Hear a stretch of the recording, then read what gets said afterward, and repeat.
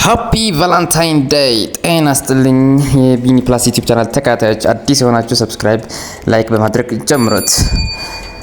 እንደሚታወቀው ዛሬ ቀን 7 ለካቲት 7 ማለት ነው በኢትዮጵያ አቆጣጠር ማለት ነው። በአውሮፓና አቆጣጠር ደግሞ ፌብሩዋሪ 14 የዓለም አቀፍ የፍቅረኛሞች ቀን ነው። ዓለም አቀፍ የፍቅረኛሞች ቀን ዛሬ ይከበራል፣ እየተከበረ ነው።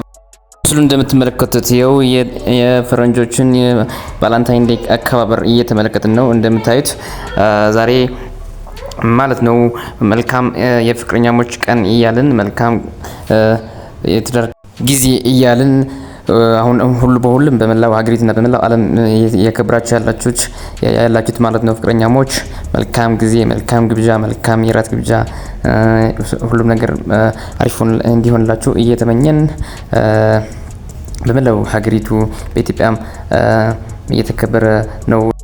በቪዲዮ እንደምትመለከቱት ይኸው ለፍቅረኛው እንደዚህ ፕሮፖዛል አዘጋጅቶ እንደዚህ ሰርፕራይዝ አድርጎ ሲጠብቃት የሚያሳይ ቪዲዮን በመላው ሶሻል ሚዲያዎች እየተዘረጉ ይገኛሉ። ይሄን በምስሉ ላይ እንደምትመለከቱት እንደዛ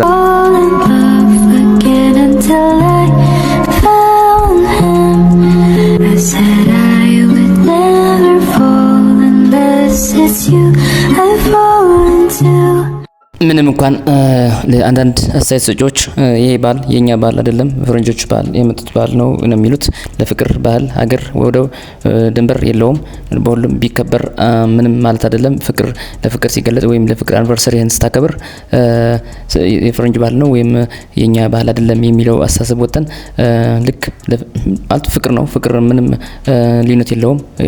ነጭ ሆነ ጥቁር ሆነ በሁሉም አንድ አይነት ነው። ዋናው በልብ መተሳሰብ በልብ መፋቀር ነው እና ይሄ ባህላችን አይደለም ብላችሁ አንዳንድ የምታስቡት ልክ አይደለም። በቃ ፍቅር የትኛውም ባህል ያከብረዋል፣ የትኛውም ሀገር ያከብረዋል፣ የትኛውም ድንበር ተሻግሮ የትኛውም ይከበራልና በድጋሚ መልካም የፍቅረኛሞች ቀን እያልን ለዚህ ቻናል አዲስ የሆናችሁ ሰብስክራይብ በማድረግ ቤተሰብ የሆናችሁ ደግሞ ላይክ፣ ሼር በማድረግ ለሌሎች እንዲዳረስ። እንደሚታወቀው ይሄ ቻናል ማህበራዊ እና ሀገራዊ የሆኑ ሁኔታዎች ወይም ዘገባዎች የሚያቀርቡ ቻናል ነው። ቀድማችሁ ለምትሰጡት ሀሳብ አስተያየት ደግሞ አመሰግናለሁ። ቴንክ ዩ